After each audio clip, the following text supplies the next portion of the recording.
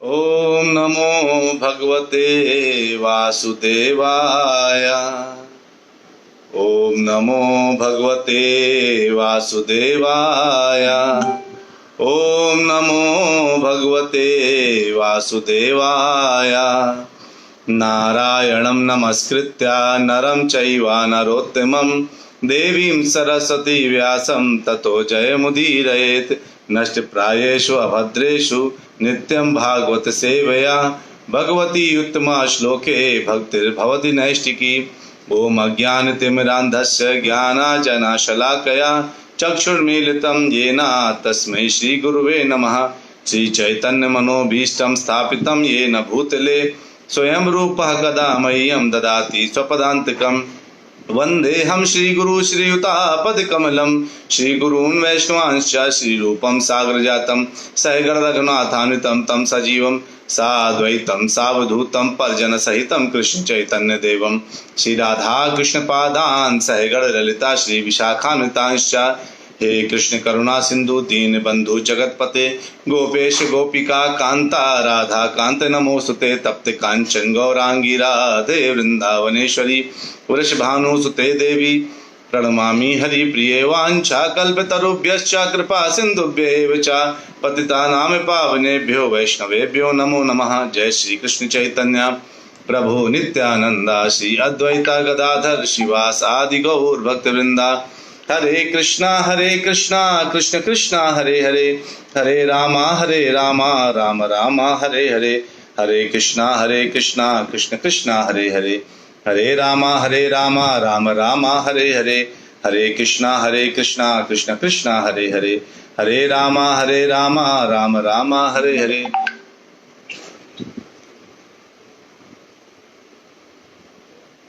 हरे कृष्णा। आप सभी प्यारे प्यारे भक्तों का नित्य भागवत कथा में बहुत बहुत स्वागत है।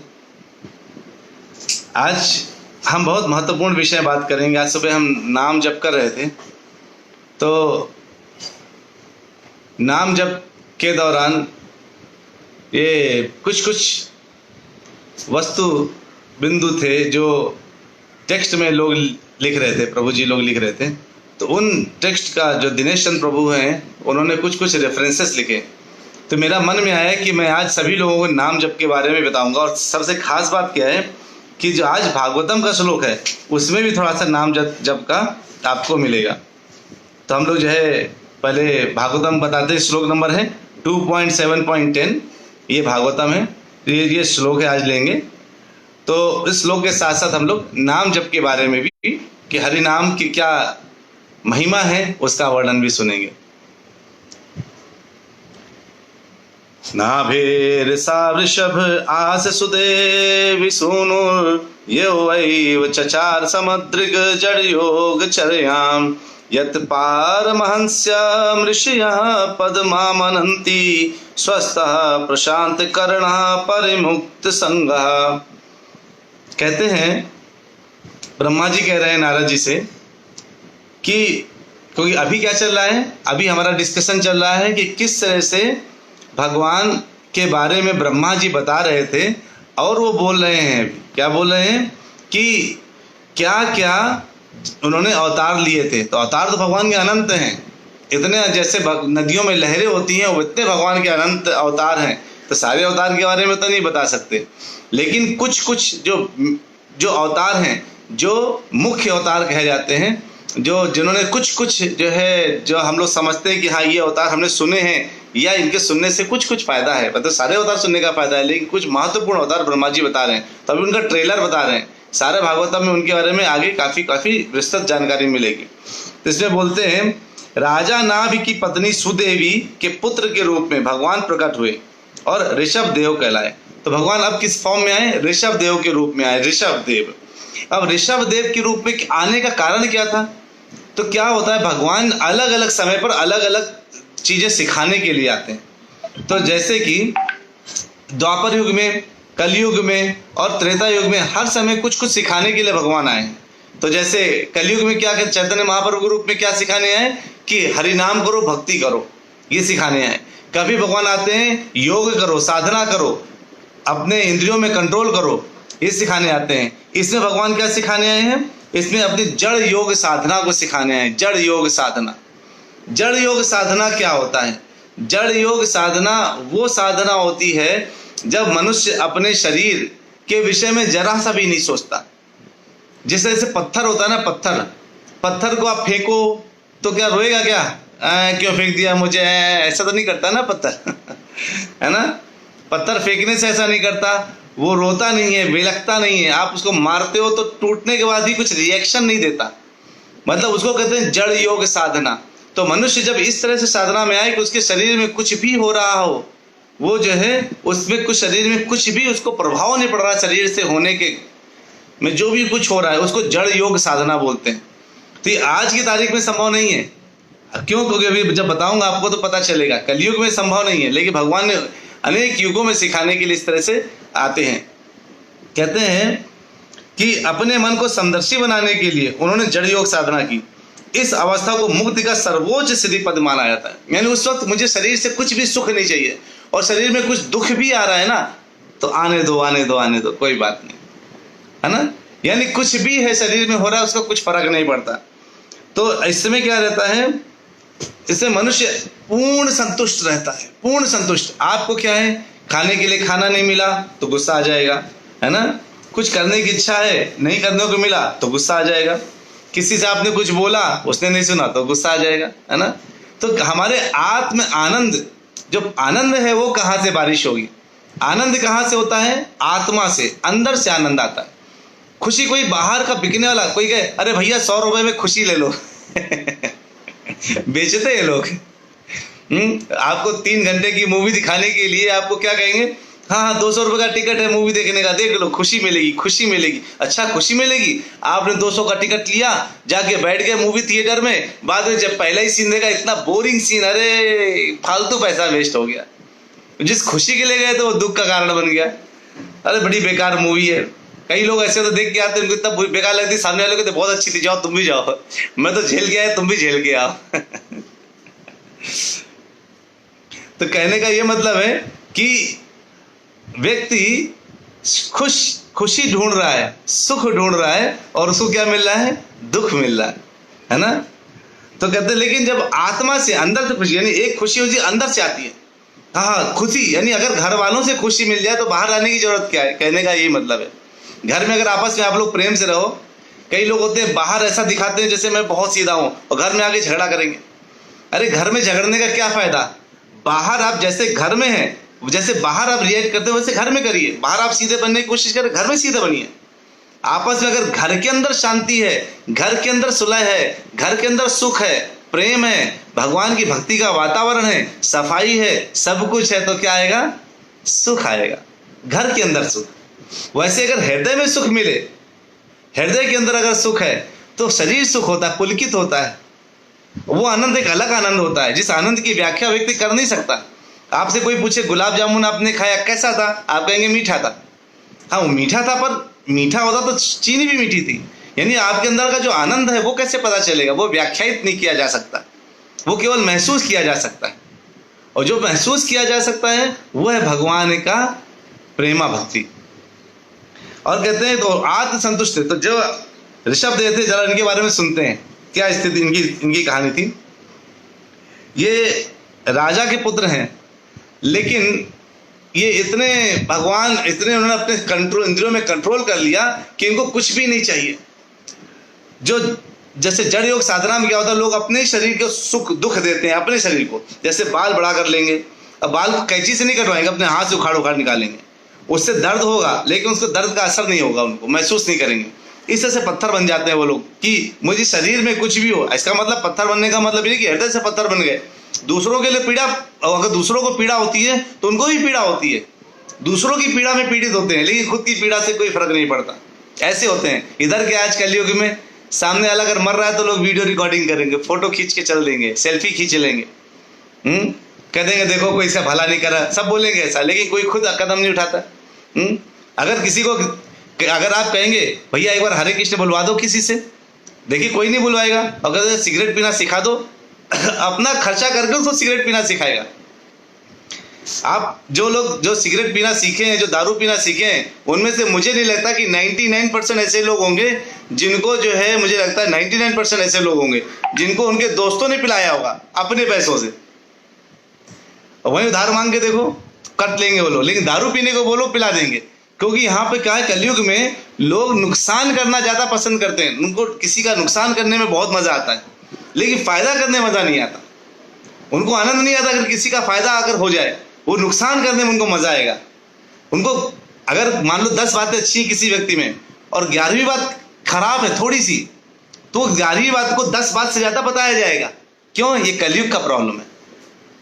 उसके ऐसा बता देंगे कि उसके बारे में लोग बुराई करें। तो जो है प्रभु जी, परमजीत प्रभु पूछ रहे हैं, प्रभु जी प्रतिकूल कृपा क्या है? प्रतिकूल कृपा, प्रभु जी इस बिंदु में आएंगे, अभी जरूर आएंगे। तो कहते हैं कि वो इस तरह से, तो जब वो ऋषभ देव पूरा अपने शरीर में, पूरा इंद्रियों में कंट्रोल कर चुके हैं, अब वो कहीं से भी गुजरते हैं तो उनको कोई फर्क नहीं, शरीर में कपड़े हैं नहीं हैं, नग्न घूम रहे हैं, बाल बड़े हुए हैं, दाढ़ी बड़ी हुई है, लोग उनको जो है पागल समझ रहे हैं। और उनमें कुछ जो आसपास जो गली के बच्चे हैं और जो ऐसे दुष्ट प्रकृति के लोग हैं, उन पर पेशाब कर दे रहे हैं, उन पर थूक दे रहे हैं, लेकिन ऋषभ देव को कोई फर्क नहीं पड़ता। और वहीं जो साधु हैं उनको परम हंस मान करके उनकी पूजा करते हैं, जो साधु हैं। यानी अगर कभी आपको कोई वैष्णव फटे कुर्ते के साथ दिखे, कभी ऐसा दिखे, अरे क्या है ये तो जो है, अरे कभी उसकी बुराई मत करिए कि देखो खुद अगर सफाई से नहीं रह पा रहा। क्यों? क्योंकि उसके बाद सफाई से रहने का टाइम नहीं है। वो इतना हृदय से वो जो है इतना भगवान के प्रति उत्साहित है कि उसको पता नहीं चल रहा शरीर में उसके क्या हो रहा है। वो भगवान के लिए उसने अपना जीवन देने की कोशिश कर रहा है, लेकिन उसको पता ही नहीं चल रहा कि शरीर में क्या हो रहा है उसके साथ। और जो है कहते हैं कि इस तरह से जड़, लेकिन आज की तारीख में अगर कोई कहे, वो ऐसे लेट जाते थे कहीं भी ऋषभ देव, पता चला अपनी पोटी पे लेट गए, लेकिन उनका जो विष्ठा है वो कैसी है, सुगंध देती थी। तो प्रभुपाद जी कहते हैं अगर जब तक किसी की विष्ठा सुगंध ना दे तब तक उसको ऐसे नकल नहीं करनी चाहिए। नकल करने से कोई फायदा नहीं है ना। नकल करके क्या मिलेगा? केवल हम कई बार लोग होते हैं, अरे वो ऐसा करता है, देखो उसने ऐसे रह रहा है, हम उसकी नकल करने लगते हैं। लेकिन नकल तो कर लिया। मान लो किसी ने अपने घर में एक बड़ा डाइनिंग टेबल लेके आया, जस्ट इमेजिन करो, और आप भी नकल करके डाइनिंग टेबल ले आए, लेकिन था क्या, उसका घर बड़ा था तो उसको तो रख लिया, लेकिन जिसका घर छोटा था वो डाइनिंग टेबल घर ही में नहीं घुस रहा। तो नकल पूर्णता नहीं करनी चाहिए, नकल में भी अकल का दखल होना चाहिए, है ना। तो कहते हैं, तो ये जो कलयुग में अगर कोई सोचे कि मैं भी जड़ योग द्वारा, जड़ योग साधना के द्वारा भगवान को प्राप्त करूंगा, तो संभव नहीं है, ये बिल्कुल संभव नहीं है। क्यों? क्योंकि हम लोग इतने पूर्ण भी नहीं है और कलयुग में वो साधन भी नहीं है, शक्ति भी नहीं है। तो केवल और केवल एक शक्ति है, भगवान का नाम। और कहते हैं केवल अगर आपको भगवान के विषय में सुनना है तो प्रभुपाद जी कहते हैं श्रीमद् भागवतम को सुन करके आप वही सिद्धि प्राप्त कर सकते हैं, सेम सिद्धि। तो आप भागवतम सुन रहे हैं, है ना, आप लोग भागवतम सुन रहे हैं, इसलिए आप सेम सिद्धि को प्राप्त कर सकते हैं, सेम। तो सोचिए, आपको ज्यादा पत्थर खाने की जरूरत नहीं है, नग्न घूमने की जरूरत नहीं है ना, कोई थूके तो उसको सहने की जरूरत नहीं है। केवल क्या बोलना, हरे कृष्ण कृष्ण कृष्ण हरे हरे, हरे राम राम राम हरे हरे। केवल भगवान के नाम का उच्चारण करते रहना है ना। कहते हैं तो अंजलि माता जी बोलती है, प्रभु जी कब हम इस भवसागर से निकलेंगे, कब हमें भगवान अपनी शरण में लेंगे। माता जी जिस समय आपने भागवतम का पहला क्लास ज्वाइन किया था ना, उसी वक्त आप भवसागर की पार करने की नैया में बैठ चुकी हैं, और उसी वक्त आप जो है, उसी वक्त आपको भगवान ने अपने शरण में ले लिया है। अब आप जितना एग्रेसिवली बैठती रहेंगी, जितना नाम जप करते रहेंगे, जो अभी हम नाम जप की बताएंगे, दिनेश चंद्र प्रभु जी ने सुबह नाम जप के बारे में काफ़ी रेफरेंस दिए, मैं उन रेफरेंसेस को यहाँ डिस्कस करूंगा, उन्होंने बहुत अच्छे रेफरेंस दिए। तो जो है क्या है कि वो जितना नाम जप आप करेंगे, जितना ध्यान से भागवतम सुनेंगे, आप भगवान की शरण में आ गई हैं, तभी भगवान कहते हैं हजारों जन्म के बाद, लाखों जन्म के बाद कोई एक भाग्यशाली व्यक्ति होता है जो मेरी कथा सुनने में इंटरेस्ट लेता है। और उसमें भी बहुत से ऐसे लोग होते हैं जो कथा सुनने में इंटरेस्ट लेते हैं, लेकिन कई लोग फॉलो भी करते हैं, वो बहुत कम होते हैं। और जो सच में लास्ट तक फॉलो करते रहते हैं और अंत काले जमा मेवा, जो अंत काल में भी मेरे नाम स्मरण कर सकते हैं, तो वो एक्चुअली मेरे धाम आ जाते हैं। तो आप भगवान की शरण में आ चुकी है माता जी, इसलिए कोई प्रॉब्लम नहीं है।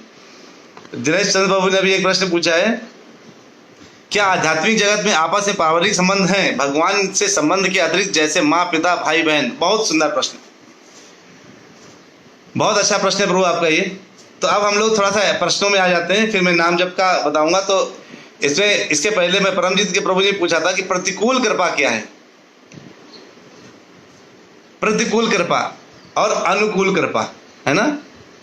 कृपा क्या है, यानी अगर आप भगवान की शरण में हैं और भगवान आपको अपनी शरण में, जैसे आपने भगवान की शरण, यानी कहते हैं सर्वधर्मान परित्यज्य, भगवान के सारे, अगर आप सब कुछ को त्याग करके भगवान की शरण में अपने आप में आते हैं, तो आप जो है भगवान के शरण में आके सुरक्षित हो जाते हैं और भगवान के नाम जप के साथ ही आपका कल्याण होना शुरू हो जाता है। जैसे आप भगवान का कल्याण होना शुरू हो जाता है आप। और भगवान ये भी कहते हैं कि जिस समय हम भगवान का नाम ले करके हमारे शरीर में रोमांच स्थित हो जाए, अगर हमारे हृदय में ऐसा भावना आ जाए कि भगवान के सिवा मेरा कोई दुनिया में नहीं है, तो हर स्थिति में प्रभु जी हमारी कृपा, भगवान की कृपा हमारे ऊपर आती है।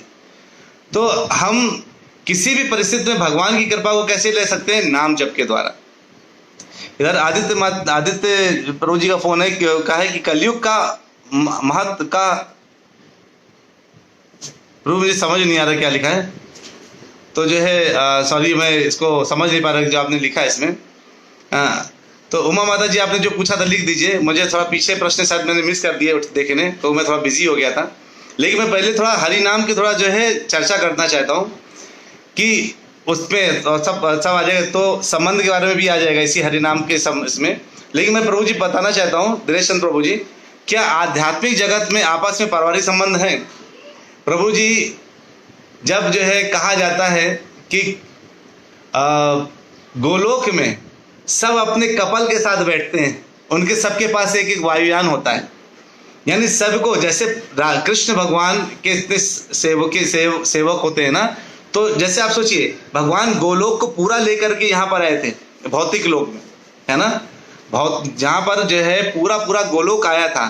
तो यहाँ पे कैसा सिस्टम है कि यहाँ पे क्या था, कोई खिला रहा है। अब अगर वहाँ भगवान के साथ बाल लीला करने वाले पुत्र होंगे तो माता पिता भी होंगे, है ना। और अगर जो है यानी जो एक संबंध है, जो यहाँ पे आप जो भी वृंदावन में आपने देखा, जो ब्रिज भूमि भगवान ने अपना दिखाया, वो सारा यहाँ का नहीं है, वो सारा आध्यात्मिक है। यानी उस जगत से ही जगत में आया है। उस जगत से इस जगत में आने का मतलब क्या हुआ कि इस जगत में रह करके यानी जो संबंध भगवान ने यहाँ पे दिखाए वो एज इट इज वहाँ पे डेली खेले जा रहे हैं। नित्य वो ब्रज लीला हो रही है, नित्य गोपियां हैं, नित्य गोप है, नित्य माखन चोरी हो रही है, नित्य कलाएं हो रही हैं। तो वो जो संबंध है वो आध्यात्मिक संबंध है आपस में एक दूसरे के साथ। यहाँ की तरह काम वासना वाला संबंध नहीं है वहाँ, लेकिन सबके मन में क्या है, भगवान कृष्ण है, वो पारिवारिक है, सबके पास सब कुछ है। वैसे ही जैसा आपने देखा यहाँ ब्रिज भूमि में भगवान ने जो लीला करी, वो सारी लीलाएं भगवान की एज इट इज हैं, जहाँ वहां पर वहां चलती है। तो इस कथा से पता चलता है कि वहां भी भगवान के संबंध होंगे, लेकिन सब लोग क्या करते हैं, परिवार में हो चाहे जैसे भी हो, लेकिन पूरे नित्य प्रति भगवान को ही सोचते रहते हैं। तो जो है तो इसमें आदित्य प्रभु जी मुझे थोड़ा सा समझ नहीं आ रहा है, अगर किसी को समझ आ रहा है कृपया आप एक्सप्लेन कर दीजिए मुझे। आदित्य प्रभु जी मैसेज लिखा है, कलयुग का महाता का प्रयोगी। अच्छा, आपने लगता है बंगाली भाषा में लिखा है क्या, मुझे थोड़ा समझ भी नहीं आ रहा प्रभु। एक बार जो है थोड़ा सा मुझे क्षमा कीजिए, मैं समझ नहीं पा रहा हूँ इसको, या तो इंग्लिश में लिख दीजिए तो या तो हिंदी में लिख दीजिए। तो तुलसी माला धारण करने के लिए क्या लहसुन प्याज का त्याग? हाँ माता जी, बहुत उत्तम, सॉरी क्षमा कीजिए। आपने जो है इस प्रश्न का पूछा था आपने, और मेरे दिमाग में डेली आता था, मैं आंसर करूँगा, मैं भूल जाता था। तो इसमें जब आप माता जी तुलसी धारण करते हैं गले में, तो क्या होता है, जैसे लोग कहते हैं ना, कितने भी अपराध करिए आप जो है अगर गंगा स्नान कर ले तो अपराध दूर हो जाते हैं। लेकिन अगर आप लेकिन तब भी क्या है, गंगा में स्नान करने के लिए आप जो है कैसे गंगा स्नान करते हैं तो कुछ कपड़े पहन के ही उसमें कूदना चाहिए। वैसे ही जब हम तुलसी माला पहनेंगे तो ये तो हमारे पवित्र, ये तुलसी माता किसी भी कीमत में अपवित्र नहीं हो सकती है, ये पवित्र रहती है, हमेशा पवित्र, ऑलवेज पवित्र। लेकिन क्या होता है, जब हम इसको पवित्रता के साथ पहनते हैं तो हमारा सम्मान इनके प्रति पूर्ण होना चाहिए। सम्मान का मतलब, जैसे हम लोग कई बार अपने कहीं भले कैसे ही शब्दों का इस्तेमाल अपने दोस्तों के साथ कर लें, लेकिन माता पिता के सामने उन शब्दों का इस्तेमाल नहीं करते ना, कई ऐसे शब्द होते हैं। वैसे ही जब तुलसी धारण करते हैं ना, तो हमें इसका सम्मान के लिए हमें कोशिश करना चाहिए कि हमारे शरीर के अंदर कुछ और सात्विक ही सात्विक जाए। और प्याज लहसुन के बिना खाना बहुत टेस्टी बनता है। हमारे इसमें बीच में एक जो है पुनीति माता जी हैं, जो पंजाब से हैं एक्चुअली। वो जो है पुनीति माता जी, आप एक बार हरे कृष्णा बोल दीजिए ताकि सब लोग समझें आप कहाँ पे हैं। तो जो है आप इसे मैसेज लिख दीजिए अगर आप अभी हैं इस समय। तो वो जो है पुनीति माता जी पंजाब से हैं। वो जो है बिना प्याज के तो कुछ बनता ही नहीं था उनके घर में। देखिए माता जी लिखा इधर, तो बिना प्याज के तो उनके घर में कुछ बनता ही नहीं था। लेकिन उन्होंने क्या किया, उन माता जी ने ऐसा लिया कि अब जब उनके घर में प्रसाद बनता है तो आप सोचिए उंगली चाटते रह जाएंगे। जब खाना बनता है तो बिना प्याज लहसुन का प्रसाद बनाती हैं। तो क्या है, माता जी बहुत जो है, तो ये तरीके हैं। तो आप कोशिश करना है, अगर खा लिया तो वो ऐसा नहीं कि इसका कुछ नुकसान हो जाएगा शरीर में, ऐसा कुछ नुकसान नहीं है। केवल क्या है, हमें इसे पूरे तरीके से इसका सम्मान करना चाहिए। तुलसी धारण करना, जनेऊ धारण करना, तिलक रखना, ये सब जब पहनते हैं ना हम लोग, तो हमें पूरा इसका ध्यान रखना चाहिए। तो जो है परमजीत प्रभु आपने पूछा है वास्तविक अमृत क्या है। वास्तविक अमृत प्रभु जी हरिनाम अमृत है, नाम अमृत। नाम अमृत से बड़ा अमृत कोई नहीं है। हरे नाम हरे नामयो केवलम कलौ नास्ते गतिर अन्यथा। तो जो है अगर हम कलयुग, अगर हम जो अमृत, वास्तविक अमृत की बात करें तो केवल नाम अमृत है। अच्छा, नाम को अमृत क्यों बोला गया है? नाम को अमृत इसलिए बोला जाता है क्योंकि जब जो है आप नाम अमृत लेते रहते हैं, नाम बोलते रहते हैं, तो हमारा जो विकास है, आध्यात्मिक विकास बहुत ऊपर हो जाता है। और हम जब गोलोक, हमारा रास्ता गोलोक जाने का खुल जाता है। और भगवान कहते हैं जो मेरे पास आ जाता है, अंत काले च मामेवा, जब अंत काल के समय में जो है वो मेरे बारे में विचार करता है, नाम लेता है, तो मेरी शरण में आता है, तो उसका पुनर्जन्म, बार जन्म मृत्यु चरा व्याधि के चक्कर से वो बच जाता है। तो इसका मतलब वो अमर हो जाता है ना। तो अगर वो अमर होना चाहते हैं, अमरता को प्राप्त करना चाहते हैं, तो क्या है, अगर अमरता को प्राप्त करना चाहते हैं आप, तो नाम अमृत जपना पड़ेगा। इसलिए नाम को अमृत बोला गया है कलयुग में। ठीक है। तो जो है अभी मैं देख रहा हूँ कि सब लोग जो है, सबके क्वेश्चन लगभग मैंने उठाए। दिनेश चंद्र प्रभु, आपको अपना उत्तर मिला, या आप उसमें अगर कुछ और पूछना चाहते हैं तो मैं इसको कल और आपको एक्सप्लेन कर दूंगा। मैं भी कुछ आपके द्वारा दिए गए थोड़ा श्लोका के रेफरेंसेस को बोलना चाहता हूँ। अब नाम का अमृत है, तो जो है अब नाम अमृत को बोला गया है, नाम अमृत बोला गया है। नाम का महत्व क्या है जिसको इतना ज्यादा नाम अमृत बोला गया है, तो उस महत्व को जानते हैं। इसमें क्या है, श्रीमद् भागवतम में बोला जाता है कि 12:352 में कृते यध्यायतो विष्णुम त्रेतायाम यजतो मखई द्वापरे परिचयायाम कलौ तद्व कीर्तनात्, है ना। क्या कहा जाता है कि कृत यद ध्यायतो विष्णुम त्रेतायाम यजतो मखई। कहते कलयुग में क्या है, कलयुग में बहुत दोष है, दोषों का भंडार है कलयुग। दिनेश चंद्र बोले हमारे घर में बिना प्याज लहसुन के ही भोजन बनता है, प्रभु जी को भोग, भगवान भोग लगा के ही प्रसाद। बहुत सुंदर, बहुत उत्तम प्रभु जी, दिनेश चंद्र आप बहुत अच्छा करते हैं। तो कहते हैं कलयुग में क्या है, दोषों का भंडार। कलयुग है दोषों का भंडार। लेकिन इसमें एक बहुत बड़ा सदगुण क्या है पता है? सतयुग में क्या था? सतयुग में तप होता था। द्वापर युग में, सतयुग में क्या होता, भगवान के तप होता था। त्रेता युग में यज्ञ अनुष्ठान होता था। द्वापर युग में पूजा अर्चना का फल मिलता था। लेकिन कलयुग में क्या होता है? कलयुग में केवल भगवान के नाम मात्र से ही हम अपना लक्ष्य प्राप्त कर सकते हैं। अच्छा, नाम लेने में कितना समय लगता है? कृष्णा हो गया हरे कृष्णा हो गया। देखिए आपने तप कर लिया, यानी बैठ करके बिल्कुल भूखे पेट प्यासे बिल्कुल हवा रोक करके, इसका कोई फायदा नहीं है। यानी कह रहे हैं कि आपको क्या करना है, केवल अमृत अगर आप इस अमृत को धारण करना चाहते हैं तो केवल क्या करना है, आपको केवल भगवान के कृष्ण बस बोल दीजिए, हो गया। कितना सिंपल है कि कठिन है, बताइए, इतना आसान है ना। कहते हैं, अच्छा आदित्य प्रभु जी सुधार के लिखा है, कलयुग का वक्तिम महत्व का क्या है ना। तो जो है अगर मैं आपको प्रश्न सही पूछूं तो कलयुग का विशेष महत्व क्या है ना।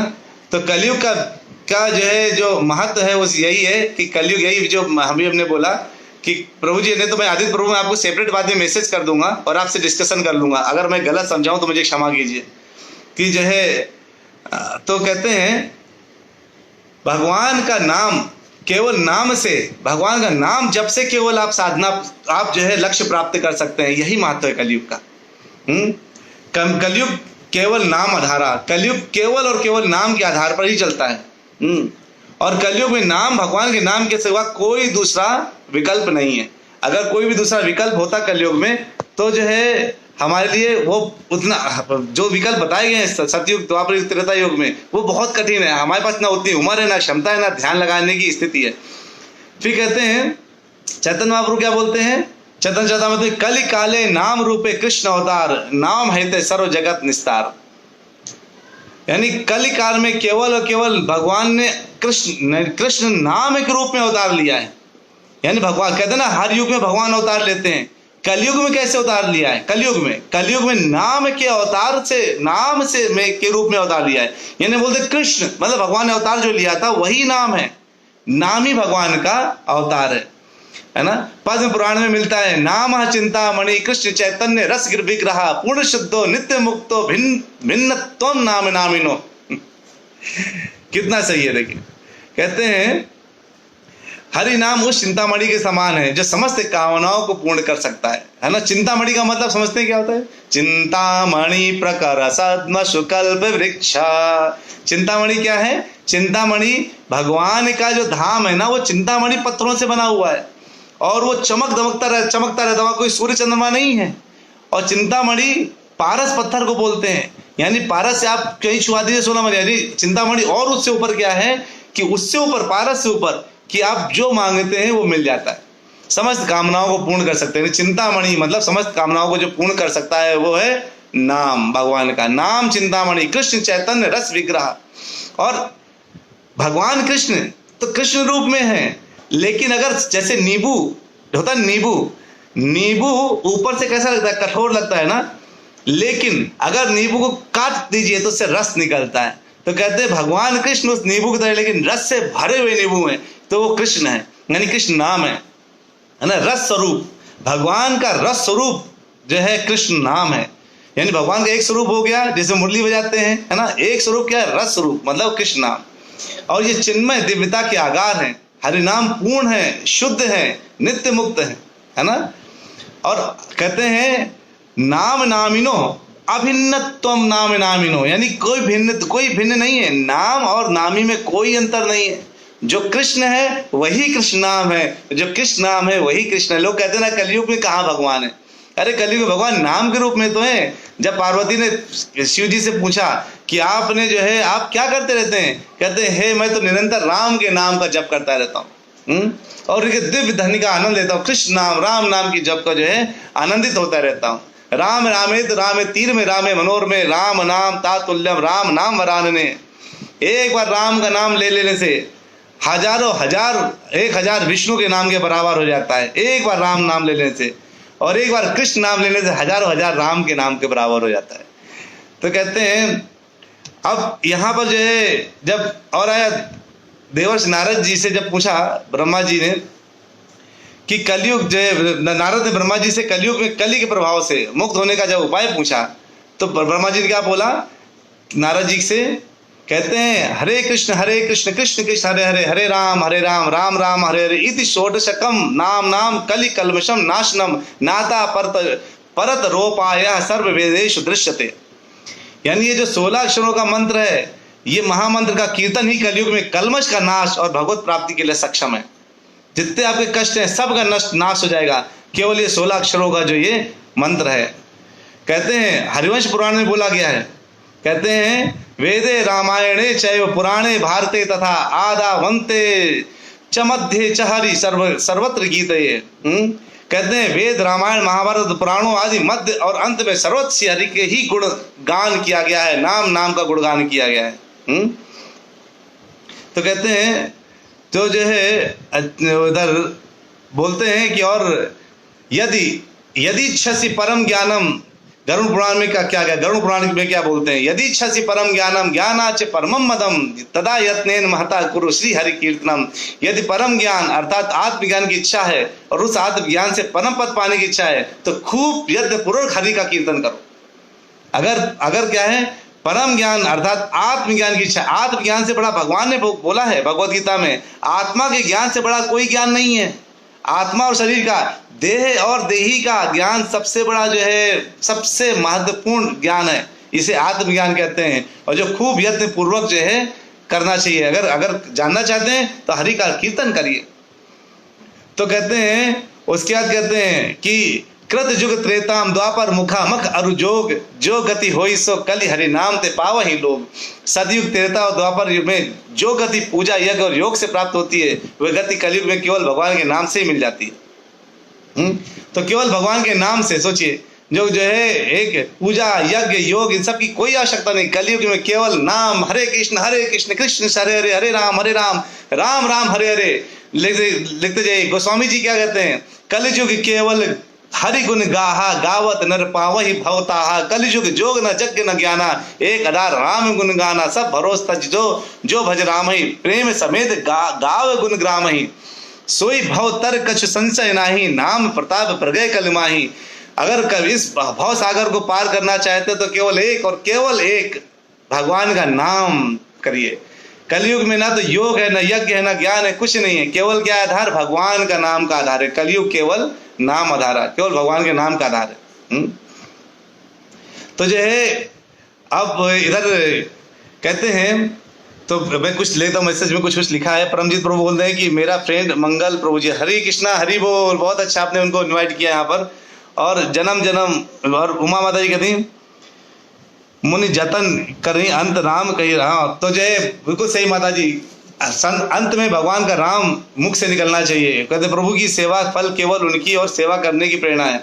तो दिनेश चंद्र प्रभु बिल्कुल सही आप लोग। तो आप लोग मैं यही बताना चाहता हूँ, भगवान का नाम क्या है, बहुत बड़ा। भगवान कहते हैं मोते मोरे मत बड़ नाम धूलते किए जय जुग निज बस निज बूते, है ना। तो आप समझिए, यानी मैं इतना जो बता रहा हूँ आपको, इसका मतलब केवल एक और केवल है कि भगवान के नाम से बड़ा कुछ भी नहीं है। तो भगवान का नाम जप करिए और अच्छे से इसी भागवतम कथा पढ़ते सुनते रहिए। श्रवणम से ही आप भक्ति प्राप्त कर लेंगे। आप भगवान की शरण में आ चुके हैं, भगवान ने अपनी शरण में आपको ले लिया है। आप उनकी कृपा आपके ऊपर बरस रही है। कृपया ऐसे ही लोगों को बताते रहिए, लोगों को बुलाते रहिए, इनवाइट करते रहिए, शेयर करते रहिए सबको बताने के लिए कि देखो भाई इधर भागवतम डेली हो रही है। पहली बार इंटरनेट की दुनिया में ये हो रहा है कि डेली भागवतम का एक दो श्लोक और बहुत ज़्यादा मतलबों के साथ बताया जा रहा है। ये आज तक नहीं हुआ। इसलिए हम लोगों ने जो इधर बेंगलोर में हमारी पूरी एक टीम है, जिस टीम में बहुत महत्वपूर्ण लोग हैं, सभी लोग पूरा प्रयास कर रहे हैं। इस टीम के लिए मैं बहुत बहुत धन्यवाद देता हूँ कि सब मिल करके ये चाहते हैं कि पूरे वर्ल्ड में ये भागवतम प्रचारित हो और सबको ये भागवतम का श्लोक एक श्लोक दो श्लोक तीन श्लोक हम डेली पढ़ेंगे तो एक ना एक दिन हम 18,000 श्लोक का संकल्प पूरा कर पाएंगे। तो अपने इस जन्म में कुछ नहीं तो एक ये चीज़ आप सुनने का, सुनाने का, फॉरवर्ड करने का, मैसेज सबको देने का, ज़्यादा से ज़्यादा लोगों को बताने का, ये बहुत उत्तम चीज़ हो रही है। तो बहुत बहुत धन्यवाद सभी लोगों के। आप लोग जितने लोग सुनते हैं मेरा नमन है आप लोगों को। आप लोग बहुत गंभीर भक्त हैं। आप लोगों को प्रेजेंस देखता हूँ तो मुझे भी कुछ गंभीरता मिल जाती है। बहुत बहुत धन्यवाद प्रभु जी, बहुत बहुत हरे कृष्ण माता जी, बहुत बहुत धन्यवाद। मिलते हैं ब्रेक के बाद जो था हरे कृष्ण महामंत्र के साथ अल्प विराम लेते हैं। हरे कृष्णा कृष्ण कृष्णा हरे हरे, हरे राम राम राम हरे हरे। हरि ओम। बहुत बहुत धन्यवाद। हरे कृष्ण।